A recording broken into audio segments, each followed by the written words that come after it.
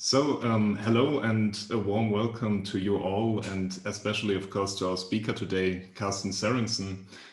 Carsten is Associate Professor of Information Systems and Innovation within the Department of Management at the London School of Economics and Political Science. He holds a Bachelor of Science in Mathematics, a Master of Science in Computer Science, and a PhD in Information Systems from Aalborg University. And Carsten has studied the business and consumer impact of mobile and ubiquitous information technology innovations for many years, but also organizational innovation with mobile computing and innovation dynamics of mobile infrastructures and platforms.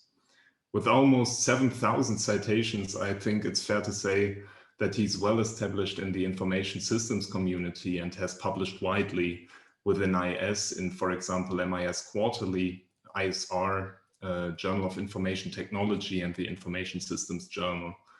And in addition to that, he consulted and conducted executive teaching with several well-known organizations such as Microsoft, Google, Intel, and Vodafone. And yeah, I have the great honor to work with Carsten on a joint project since I visited him in London almost 2 years ago. And I'm really more than happy to have him here with us today to talk about a research project entitled Let's Talk Digital Infrastructure, the digital reordering of rights, networks, and community. So if you have questions during the presentation, please add them to the chat, and maybe I will interrupt Carsten, but we will also have time after the presentation for comments and questions. So Carsten, we are all very much looking forward to your presentation, and the floor is yours. Thank you very much, Milan. And I would also say, for my own sake, it's been a pleasure having you visit us where we could actually meet in person. But also, it's a great pleasure to write with you. I'm soon retiring in a few years, and it's very nice to work with people who still think life is wonderful and there are lots of things to discover. So it brings me joy on a daily basis to work with people who are much younger than me and also often much more clever, as in this case. The highlights are the 7 themes I'm going to go through on the slide here, and there's also a link to the PDF if you want to have a look at it. Oh, sorry, I think I need to reorder. 2 seconds. Here we go. So, whoops, I can't even, I have a PhD in computer science and I can't work my slides. That's a good start. So just to say that, of course, I've studied a number of different things, but the last sort of 12, 13 years, I've spent almost all my research time trying to understand digital platforms and infrastructures, and I've written various things around that. I did a sort of an online course for LSE on cryptocurrency, and the report that's below is one I did last year, well, actually 2019 now, with a big law firm on trying to understand what the future looks like. So I'm trying to sort of understand these things both from a theoretical point of view and from a practical point of view. And that sort of is important for the talk today, because I've chosen to give a presentation that is not only theoretical and not only premised on one paper. I'm trying to give a presentation that gives sort of a more broad overview with possibilities for digging a little bit deeper into the issues, because it is quite a large and complex issue. But as a starting point, we need to look at here on the fateful day in 1967 when Sweden changed from driving in the left side of the road to driving in the right side of the road. And economists have calculated that Sweden would not be able to afford it as a nation to do that change today. So this idea of physical infrastructures that play an important role have, of course, been studied by many different fields over decades. The point is there, my argument will be today that digital infrastructures are different. They, for example, allow us to drive in any side of the road we want. And this is one of the problems we're going to have. And that's why we need new kinds of infrastructures where you can't just drive in whatever side of the road you want. And I'm going to basically give you, the meat of the presentation up front, and if you don't want all the detail, you can just zone out and do your email, as I'm sure we all have a need to do. But I wanted to make sure we get the story straight up front. So, of course, there are lots and lots of information infrastructures, as digital infrastructures were called initially. But I think mostly about information infrastructures as that they are often embedded in physical form. They have been classified or characterized by economics as having an enabling function. They are shared by everyone. They provide standardization and openness. So think of road networks, railway networks, the shipping lanes on the seas, water, electricity, sanitation, and all these things. And the whole idea is, of course, that infrastructures are immensely complex simply because of the heterogeneity and the fact that you have all these elements that can connect. And information infrastructures add to that complexity due to a number of factors that we're going to talk a little bit about later. I wanted to highlight, I think in particular, 3 important books to try and understand that. The Victorian Internet by Tom Standage, who's an economist editor, is probably the most light of these 3 books, but it's an excellent story about Queen Victoria. If we dug her up today, she would not be impressed by the internet. She already had one. It was called a global telegraph system. And Tom's book is about all the complex social behavior around this particular infrastructure long time ago. What he does say is that Queen Victoria would have been immensely impressed by airplanes and not by the internet, because how you make big metal things fly would be a mystery to her. Bowker and Starr's book, Sorting Things Out, explains in great detail the differences between standards of infrastructural standards such as the International Classification of Disease and what happens when they land in social context and are reinterpreted. And Joanne Yates' book, Control Through Communication from the 80s, explains excellently the socio-technical nature of infrastructuring when large companies needed to manage their interaction and the behavior through geographical distribution. So there's a lot of material behind it. I'm not going to focus too much on that. I'm just going to very briefly dip into a little bit of it, namely sort of the economies of standards and this idea of the path dependency in standardization, just to nod to it and say there is a lot of work there. This is not what I'm doing in my work because I'm relying on this, but I'm not trying to add to it. But in particular, Brian Arthur's argument from the 90s that was really heterodox to the economic, the normal economic thinking that once a particular company achieved a certain status and a certain market power, then it would not be able to protect its position, and smaller companies would be able to peel off its effect on the market. Where Brian Arthur argued, well, in using the case of Microsoft, interestingly, because it then became dethroned through mobile computing, but he argued there was no particular reason why the economies of standard, with the increasing complement to the standard, not creating a system that just kept on getting larger and larger. And in effect, you could say that's what we're now seeing with the global platforms, that they are creating standards that only can be dealt with, and market power that only can be dealt with if we regulate it.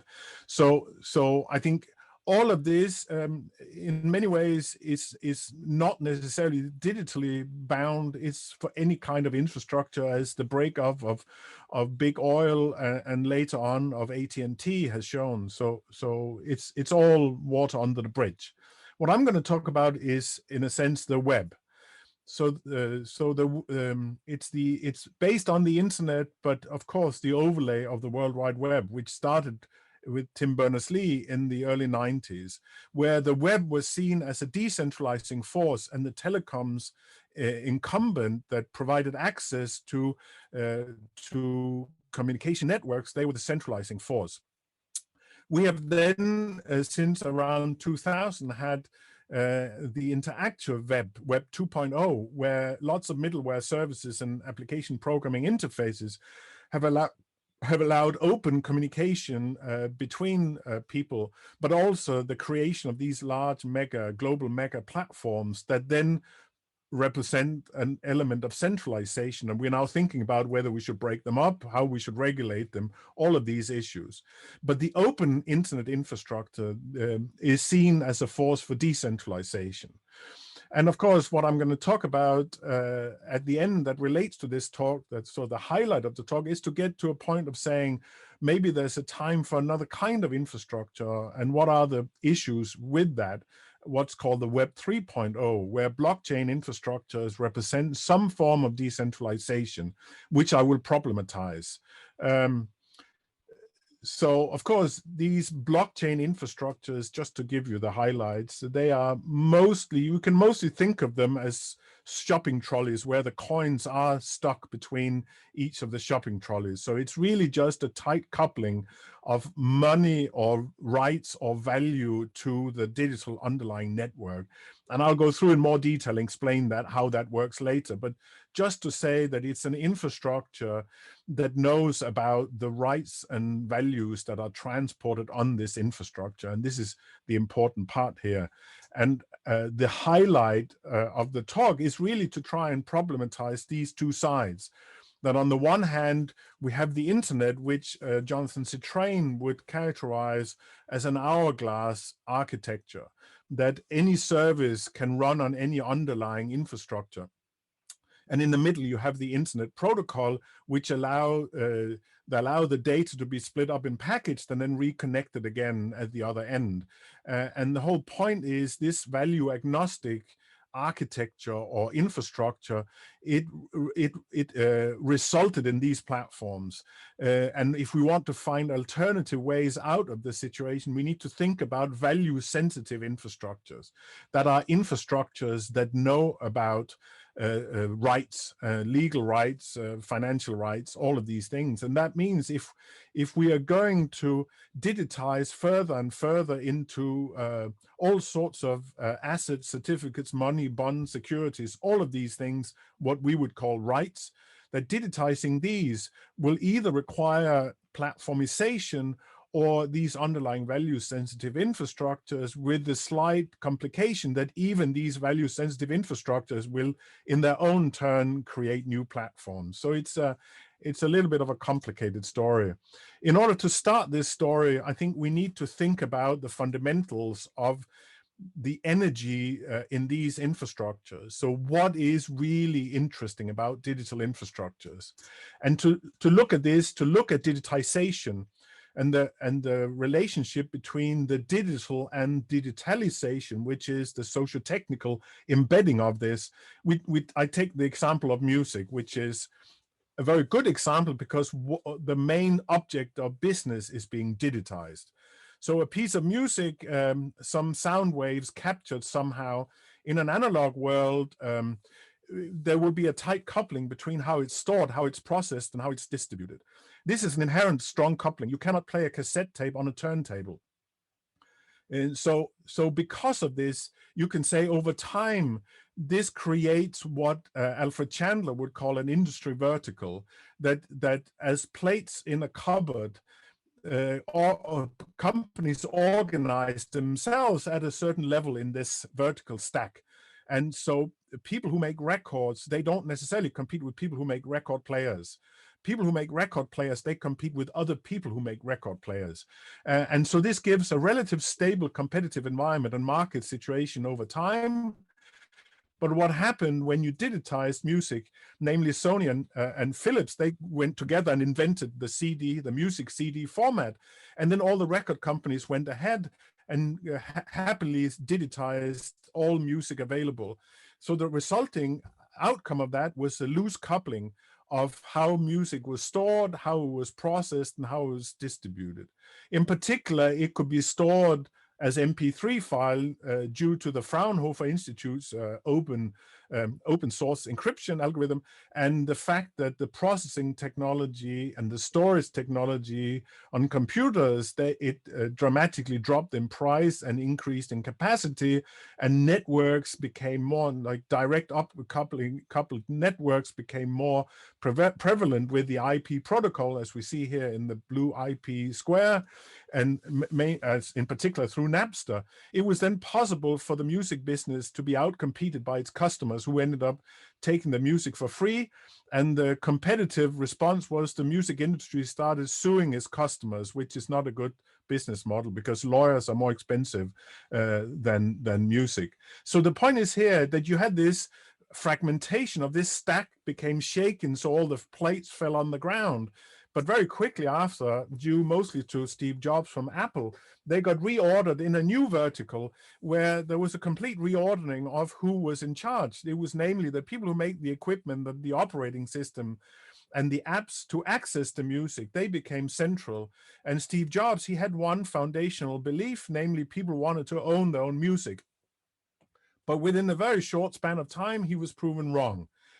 People do not want to own their own music. Some people do. They're weirdos like me who still have vinyl, but most people just want to listen to music. So we wanted to rent music either for free by listening to ads on Spotify or by buying a subscription. And this has completely revolutionized the music business. And what it shows is that from a very long-term stable situation, suddenly you have actually a growing market for music sales of singles and vinyl and then CDs. Suddenly you have a complete disruption with almost collapse in the income from the music industry and a much lower revenue base that is sort of slowly picking up again, but two disruptions within a very short span of time. So in order to understand that, we really need to understand the underlying infrastructure allowing this to happen, because the role of the internet was here very critical as an infrastructure allowing people to share this.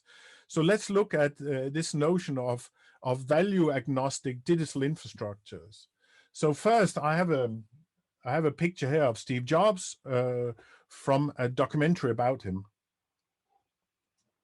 And he explains how his friend Steve Wozniak, who's a co-founder of Apple, before Apple, they made this little blue box in the top right-hand corner. And they were able to completely command AT&T's global telecoms network, simply because there was a mistake, a tiny mistake made in that infrastructure, namely that the commands used and the operating system commands for the network was in the same frequency range as the human voice and as the touch tone beeps that the telephones would emit. And the point was that they could make a little box that would simulate those tones and therefore completely hack the system. And this notion that two guys with a couple of months electronics wizardry could command the whole infrastructure is exactly one of the key features of digital infrastructures. It's almost impossible to ensure that there are no weaknesses. That's why there's still a lot of problems with security of operating systems and hacking and all of this. So this notion of the power asymmetry of a single actor enabled to do something fundamental, and this is a characteristic of the digital infrastructures. It's of course also important to understand that when we talk about the internet, the open internet, it is not in itself an infrastructure. It is an infrastructure of infrastructures. It has been built on top of lots and lots of networks, and there are many books, and I'm going to show you some at the end if you really want to dig into a history of this. But the essence of it is it takes independent components and it makes them interdependent. And this idea that you have an ability through very simple standards to bring together heterogeneous networks into one thing we now call the open internet. And on this, you have all these different protocols. And so when we go from 2G to 5G telecommunications, it has been increasingly bound to the internet protocol, whereas in the beginning it was much less so. But what has proven, of course, when you have this hourglass model of the open internet, it is extremely easy to change anything except what's at the core. So this is why some people in Amsterdam some years ago put posters up that said, I want you to use IP version 6 as a poster that makes sort of a reference to the old posters for drafting people to the war. during, I think, even the First World War in the UK and the Second World War in the US. So Uncle Sam needs you. So the guy here is Vint Cerf, whom I had a very great pleasure of having a long dinner with at a Google event many years ago, with him and his wife actually. And him and one other person was essentially the key inventors of this central protocol, and that has become almost impossible to change. It is going, and it's going faster than it has been, but the idea we needed a new central telephone system for the internet was almost impossible to change, because it would require all the web servers in the world to change it, in order to all access points to change it. So while the internet has some very flexible characteristics that I'm illustrating here, it also has this one inflexible characteristic. And the argument is, when we go to value sensitive infrastructures, then we multiply this problem by 1,000,000. So this is, you always pay a price. The only price we pay with the open internet is we get Russian hackers and Nigerian emails and all these things. And therefore we hide in the safety of the digital platforms, but we get immense flexibility, except if we want to change the central telephone system.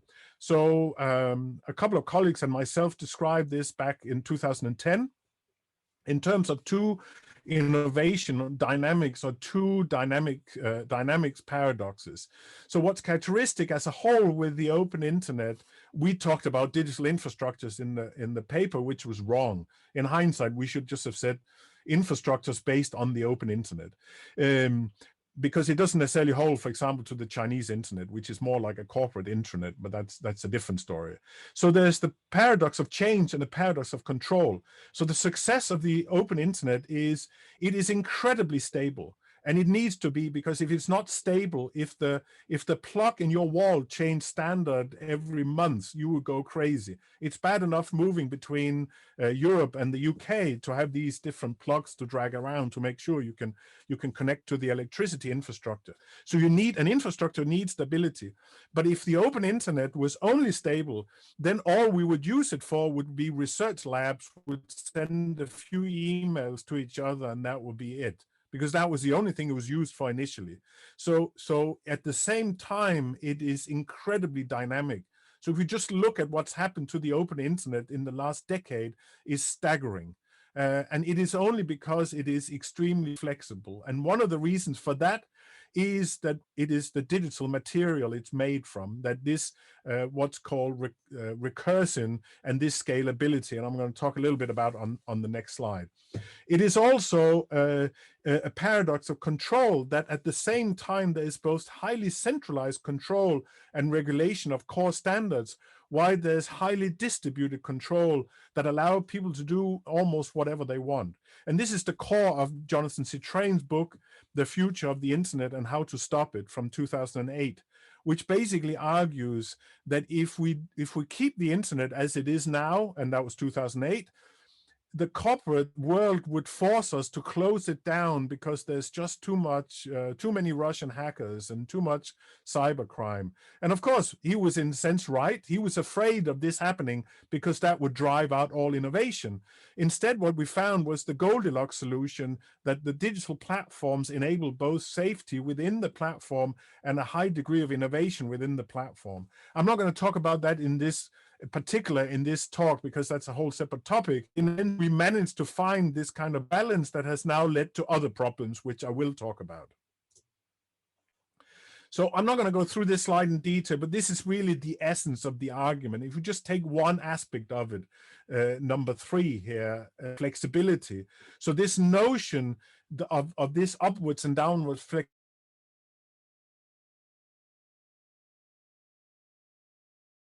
you can connect any app to any underlying service, and any app can use any underlying network in the downwards flexibility. So this whole idea of very easily creating highly flexible services through application programming interfaces and new standards. So this is what's happened since 2000, that all these APIs and software development kits, they have enabled people to very, very quickly build highly complex internet-based services, because they just directly build on what others have done. so this is really an important thing. And the other thing is, of course, the single number 4 in terms of the control is the single universal material of the bit. So this idea, and this is a core part of the argument I'm going to make, namely, the internet only knows about data. It only knows about data packages and addresses they need to be sent to. And that means the internet data is promiscuous. Data wants to make out with as many other pieces of data as possible. There might be legal reasons for why you shouldn't copy a song and send it on Napster, but the internet didn't care. So the point is here that this is exactly this universal material that means you can rebuild things, and any output from any process can be an input to another process, really means that there's this incredible flexibility, which is really part of the importance of the open internet. So we presented this model, which again, I won't go through it. The references in the paper. It's an ISR commentary, Information Systems Research commentary from 2010. It basically added that, argued that this flexibility of the open internet led to generativity, led to people enabling people to challenge existing categorizations, existing things we take for granted. And that creates a new situation that is then resulting in tensions between the existing. And this is what we've seen when Netflix have outcompeted blockbusters and all of these things. You can invent new industries or new categories within industries. Now, this open internet paradoxically resulted in massive centralization. So the digital platform revolution was, in shorthand, really just one that allowed companies to set up their own little shop within the open internet, and that allowed them to implement multi-sided markets. In particular, that as Uber here, they connect drivers and passengers, and they have hardly any of the risk, but they can push human activity as much as possible to the edges. So it's the drivers and the passengers that does all the work, most of the work. And Uber only makes the innovation, that sandbox that allow us to connect to each other. And these are excellent ways of having automated self-service. So, and in that sense, make unpaid work or low paid work out of very high paid work. Yeah, there's a question. Somebody had a hand up. Sorry, I had my hand up. Hi, my name is Laurie. Yeah. I joined a little bit late. Sorry for that. Just a very quick comment. I mean, specifically about Uber, there's Ola's new, Mareike's new MISQ paper with Ola about Uber, about algorithmic control. And that let Uber appear in the algorithms in a much more active light than, Uber occurs a bit passive in this sketch or presentation. Yes. Yeah, Mike and I are, together with Marta Stelmaxak, one of our former PhD students, we are writing a paper on this, on automation. Yes, I completely agree. Now, the point is, I'm by no means saying that these are passive. I'm actually arguing they're doing a lot of complicated work, but it takes much less effort to build complex algorithms than it does to have people in dispatch offices dispatch Uber cars. So you can think about the huge replacement of paid staff at the center with highly skilled coding staff, and then people that before were paid to do this work is done. This work is done by the algorithm. And the important thing I want here is mainly the central part here is to say that this platform revolution, it has, you can explain that in terms of some provision of service either by a developer in the iOS ecosystem or by Uber. There's a provision of a service.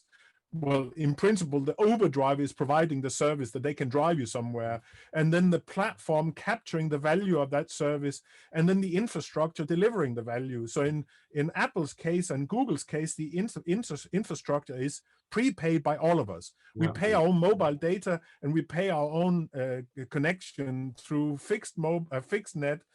Whereas in the case of Uber, of course, the driver pay for their own car. So the whole infrastructure issue is mainly the reason why platforms can grow so fast.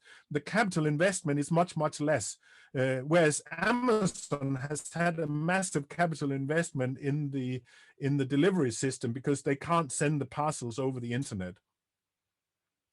the problem with that, and you could say the essence of it, is when you have an underlying infrastructure that has no sense of value, what it does, it requires that we somehow have trusted third parties in the form of these platforms to mediate both the discovery and the exchange of this value. And so, I mean, I talked to an Uber driver a couple of years ago who was selling phone cases in a little shop in my hometown here. And he said he had bought it on Alibaba, just from the open Alibaba platform, and he had lost £4,000 because the person he bought it from never sent the goods. So he was then buying on another part of Alibaba where you were guaranteed. And this is the whole point. The open internet, there is no necessarily guarantee that the Indian prince who offers you half of his kingdom for a small investment actually is who he says he is. This is the problem. So we trust the third-party platform that if you want to buy a lawnmower from somebody on eBay, then eBay guarantees that when we send the money, we get the lawnmower. Otherwise, we get a refund. However, this has this massive problem that Shoshana Zuboff has excellently written about in her book, Surveillance Capitalism. What we do, as this guy with his Samsung glasses on to the right, he's watching something while drinking his mochaccino, but behind him, there's a guy watching his every step. That all our interaction is studied carefully, and more importantly, this behavioral surplus, as Shoshana talks about, it results in our behavior being shaped by this data, and we are not in control of that process. So she offers 3 questions we need to ask: who knows, who decides, and who decides who decides? So the regulatory framing, and I forgot her name now, the Commission of Competition, my compatriot, she is, of course, working on some of these things. There should be a 4th one, who is bloody paying the taxes, because that seems to be a problem with these platforms as well. But the point, the architectural problem here is we are not equal. As soon as you engage with the open internet on any kind of trust building exercise, you will deposit your private data with a central platform. That's the only way you can do it. So the question is, how can we rebalance this in terms of some sort of equality? And for that, we need value-sensitive infrastructures. So the best known of this is, of course, Bitcoin. And here I have a little slide, because we don't know who the founder of Bitcoin is or was. He or she or it called themselves Satoshi Nakamoto. The guy here who looked like Farage, our local Brexiteer, Nigel Farage, he is called Dorian Satoshi Nakamoto, and he got mobbed by the press that decided he was him. The guy to the right in the middle is Craig Wright. He claims to be Satoshi Nakamoto, but it's by offering some information that people have disputed, but he clearly had some things to do with it early on. CIA almost certainly know who it is, but they're not telling anyone.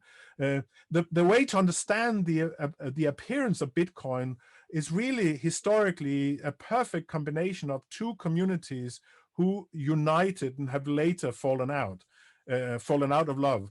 One was the cipher freaks, who believed that it should be possible in a pseudonymous or anonymous way to exchange value with each other without any central intermediaries. So they worked for years and years and years on encryption algorithms, what's called asymmetric encryption, that I'll show you in a minute.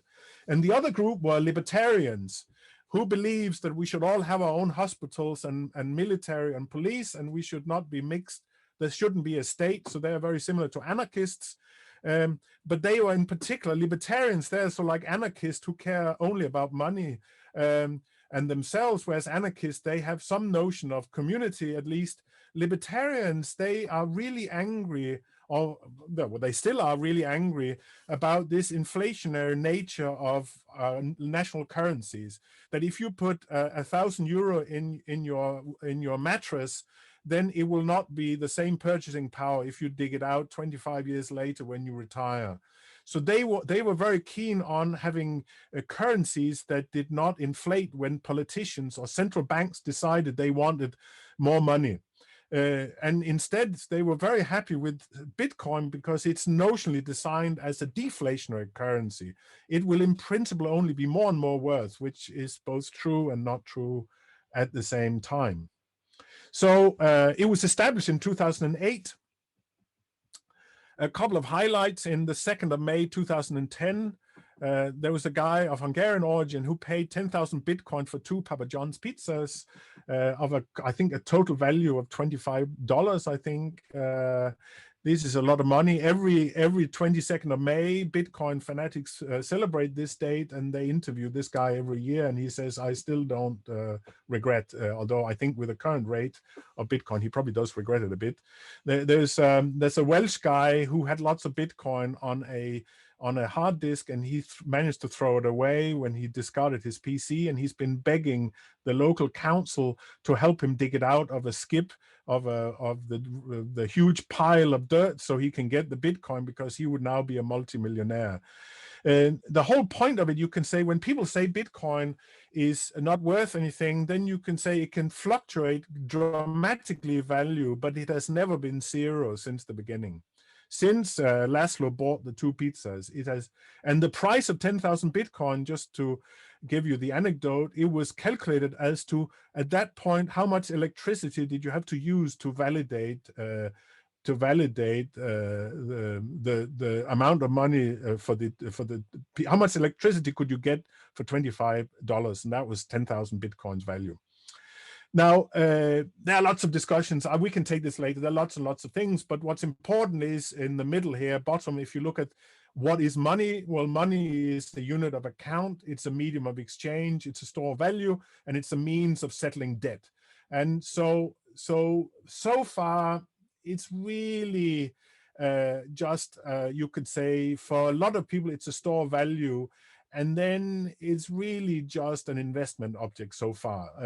Bitcoin is not really used for anything else than these 2 things. And that's important when we get to later. Milan has informed me that they might be helpful if we have like a tiny primer in what the mechanics of this is. And so I'm gonna very briefly do that.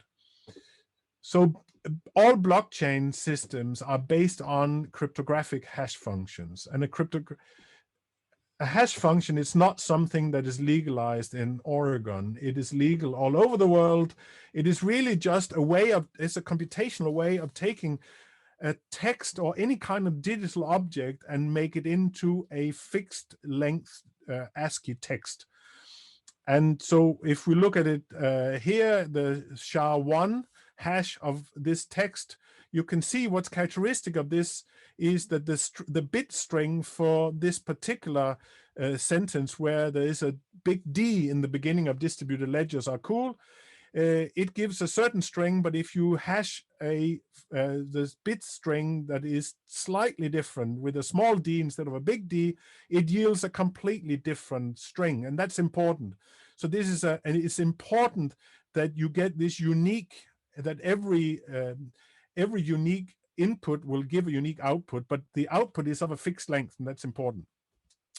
So from arbitrary size to fixed size. And then, of course, it's a one-way function, that there is no practical way of going the other way. You can't take the long bit string and then work out in any simple way, unless you have quantum computing, that you can get to the first string. If you do have quantum computing, then we're all in trouble, but that's a different story. It is also, it's deterministic and one way, and also the most important part, it's easy to verify. So it takes literally no time to hash the string and check if it's the one at the bottom. Otherwise, the system doesn't work. And you can try that yourself. I put the link up here. And so what a blockchain is, it basically utilizes this idea that was invented by 2 different people at the same time. Even Damgaard, who's a Danish man like me, he's not recognized, whereas Ralph Merkle, he's American, so he is recognized. So these are called, most of the places, a Merkle tree or a Merkle construct, whereas I call them Merkle-Damgaard construct to keep my Danish computer science colleagues in the equation. And it's basically a way of taking and stringing together several hashes to blocks. So imagine whenever people trade a Bitcoin between them, so I give Milan a Bitcoin, he gives somebody else another Bitcoin, then you collect those in blocks, and then you hash those into hash numbers, and they then are strung together in strings, which brings us to this one. So on the top left-hand corner, we have then an example of a blockchain. So you have the Genesis block, the starting point, and in Bitcoin, the Genesis block has a text encoded. What starts Bitcoin is the encoding of a headline of the Times newspaper during the financial crisis, where it says the Chancellor of the Exchequer, Alistair Darling was his name, has authorized yet another payment to the banks, yet another tranche of relief to the banks. So at the heart of Bitcoin is this resistance against the perceived problem with the existing financial system. So you have a hash, a Genesis block header, and then you hash that, the previous block, you hash that into the next block, and then you hash that into the next one, and the block header is the hash of the whole block. And then you hang these transactions off each block. And this means that you have, with a set of domino bricks, you put a number of domino bricks up. If somebody goes in the middle of this and changes that, Milan changes that, he still has the Bitcoin he gave me, then the whole thing falls to pieces from there on, out in the future, not backwards, but out in the future, because then all the hash numbers are linked to each other, so they don't fit anymore. So the problem we have is here, we have the problem, we want to make sure that Milan and I can both not claim we have this particular Bitcoin, because they're all unique. So we have to assign one of us to this particular Bitcoin. So this is what's called solving the double spend problem through a distributed consensus protocol. And this basically means we have a protocol for deciding how should we add blocks of transactions. And the most common one is proof of work, that is used by Bitcoin and so far also by Ethereum, the second most popular cryptocurrency. And that's a puzzle game, that the one who wins the mining operation, that wins the puzzle, they compete, and the ones who wins will get Bitcoin from the block, from the consensus protocol. The other one is called proof of stake, which is increasingly going to be the one on Ethereum, which is where all the people who have a stake in it, all the ones who own Bitcoin or Ethereum, they will vote. And the idea is, if you vote for a wrong transaction, then you will suffer. The more currency you have, the more you will suffer. And then there are hundreds of other protocols that we don't have time to talk about now. So the way to understand this arrangement is really that you need all three of these elements. You need a coin, you need a digitized scarce right, and then you need a network, and they will be closely connected to each other. So if you want to send me 100 euros, you can use many different payment platforms and infrastructures. It's really your choice. If you want to send a Bitcoin, you have to use the Bitcoin infrastructure. The train car and the train tracks are intrinsically linked to each other. But most importantly, which is not really clearly identified in the literature, is that the social community is actually the most important part of this. Because the social community is the group of peers who decide that within this system we are all equal. So the equality comes from all of us agreeing on having the same rights for everyone. Whereas when you buy from Amazon, then Jeff Bezos, he knows more than you do. Whereas if you are within a blockchain arrangement, you are a peer, you run the full node on your computer, and you have the same rights as everybody else, and that's important. And we have a small paper where we describe what happens if you take one of these things away. So Napster was really just a blockchain without the consensus protocol, and the client server system is just, all of these things. So you can take one of these arrows away and you get another kind of architecture. But you need all three of these. And that is the only reason you would have a blockchain, is you can solve the privacy problem in transactions, either through pseudonymous interaction, or through anonymous interaction, or through non-anonymous interaction, but within a group of peers that then don't reveal this outwards. So this then brings us to sort of the last part here is, okay, so how does this give us decentralization? And the first problem we have is a Bitcoin only gives decentralization when you stay within as a full peer. So if you want to be fully decentralized in a sense, then you need to run a full version of the Bitcoin protocol on a separate computer that constantly updates it as people are trading Bitcoin. And we also have the other problem that decentralization is, as I'll show later, is not an inherent property of each of the boxes. It is a complex interaction between them. And that means that it is not so that a Bitcoin system or blockchain system is inherently decentralized at all. The example here is that more than 51% of all mined Bitcoin, they reside on less than 5% of wallets. So there's a highly centralized system. It's highly centralized when it comes to the mining operations. But the most important part of the lack of proper decentralization is the fact that the large majority of people who access any kind of cryptocurrency infrastructure, they do so not by running a full Bitcoin node on their computer, but by using a wallet service or an exchange, which means that they are platforms. So you are not anonymous. The platform will ask you for know your customer rights. They will ask you, what's your name? And can you give me a credit card so we can tell who you are? They will not have you on their exchange and you can be a dodgy person.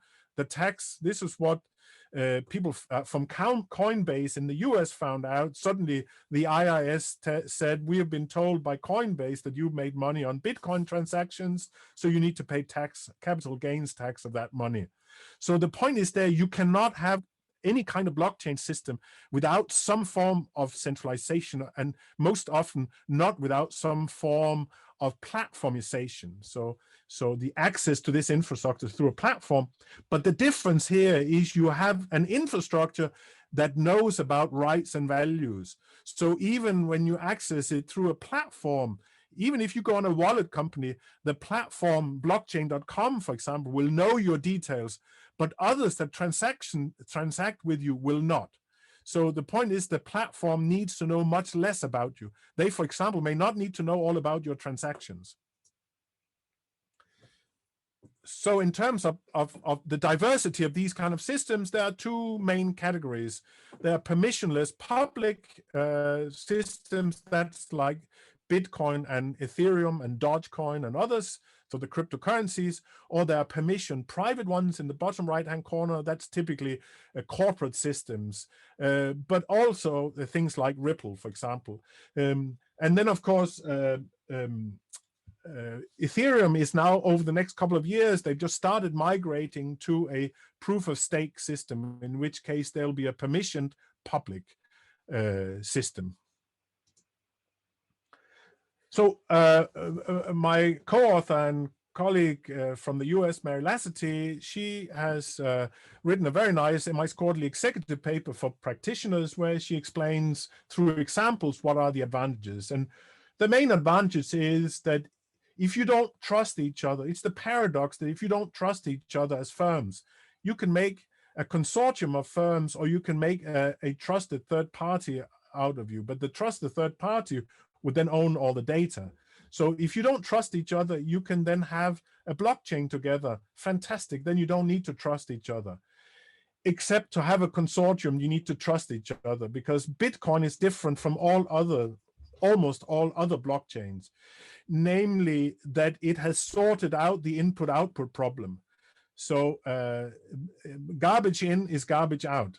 So if you have a blockchain that relates to real-world things like certificates, bonds, shares, all of these things, then the consortium companies need to trust each other enough to know that nobody cheats on the input side, because you need to make sure that all the data on it is trusted. So there was a blockchain for the validation of artists' credentials, and a journalist from the UK managed to put himself in as the main painter of the Mona Lisa, just to show how ridiculous it was. So the point is there, it's a trust-enhancing arrangement in a consortium, but you still need to trust the processes significantly. And the way you do that, of course, is if people lie, that would bring down the whole system. So you try and build it from that then upwards. And one of the papers in this special issue I helped edit is exactly about that. Here's an example that I've been doing a little bit on. We haven't published it yet, but my co-author was Thomas Jensen, was one of the key people in establishing this system. It's Tradelens by Maersk to manage the administrative work around containers, container traffic.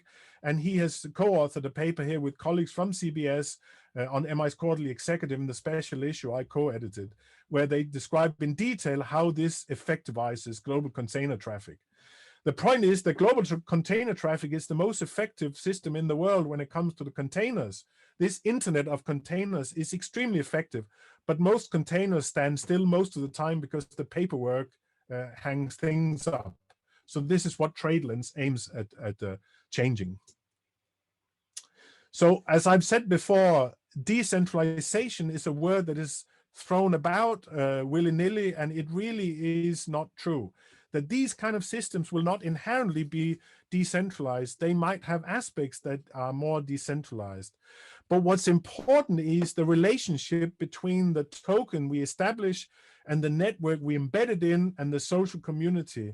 So for example, if you look at the coin network, then of course any kind of consensus protocol will implement certain views on this, and they can be more or less centralizing. If we look at the coin community relationship, this is the key question when people offer a new cryptocurrency on the market. The question is always how much of the tokens, how many of the tokens will be pre-assigned to the founders. And this is why the hardcore cryptocurrency community, they hate Ripple, because Ripple owns in principle all the coins, all the XRP coins. And of course, the network community relationship, like how is the governance of the network carried out? And it's clear if you look at Bitcoin, it is notionally democratic and all members have equal right, but that is not the case. There are key members of this community who have enormous sway over the decisions made. So what we say in some work I'm doing with Enrico Rossi is exactly that the first order decentralization is one that says the protocol allows highly decentralized people to peer-to-peer interact with each other. That's only first order. But the second order decentralization discussion is a much, much more important one. Yeah, I think for the interest of time, I'm almost done, but I'm just going to go very light over this and say we can talk about it separately. But this is based on work from several authors on risk. And the whole idea is, of course, that the more closely you connect, you couple things, and the more complex these things are, the more you get what the newly deceased Charles Perrow called normal accidents. That when you stem all the rivers up across Europe with concrete, instead of letting the fields take all the excess water, you create massive floodings where the river runs out. And so what we're doing with these kind of blockchain systems, we are defining much tighter couplings between elements that before were loosely coupled. So we are making a system that in principle can go bonkers very, very quickly. We create a system that creates normal accidents. And that's important to be aware of because it is an inherent feature of the system that so far nobody in the crypto or blockchain community have started discussing. They still hooray Henrys that think everything is going to be fantastic, but I don't. So conclusions. In the cryptocurrency community, there is a strong debate where it says only the hardcore people who believe that this kind of arrangement will uphold all, will upheave all financial markets and the way we interact with each other, and there will only be B2B interactions and the financial systems will collapse. They're in one extreme. In the other extreme are people who say, well, this will only work really for big corporations making agreements with each other. And this is the same story as we saw with the Open Web 1.0. The most interesting things ended up in the middle. So if you look at something like Facebook's Libra or Diem project that it's called now, it will, for a WeChat or a WhatsApp person, this kind of system will look like Bitcoin from within. You can send money to your friends on WhatsApp or WeChat, but from the outside, from the consortium side, this can be a system for settling debt across different currency areas. So it can be many things at the same time. And I think we haven't even begun to see the innovations in between these two extremes. Yeah, so this basically just is a summary slide that says something about what is good and bad about each of these. And I'm going to brush over it very quickly because I want to get to the last slide before my time is up. So the main problem we have here as an academic community is when I did the cryptocurrency course with Enrico Rossi, the finance department at LSE, they exploded. How dare somebody outside the finance department write about money? We own money. And one of the participants we have is Nigel Dodd, who is the head of sociology at LSE. Then he has written a very nice book on the social life of money.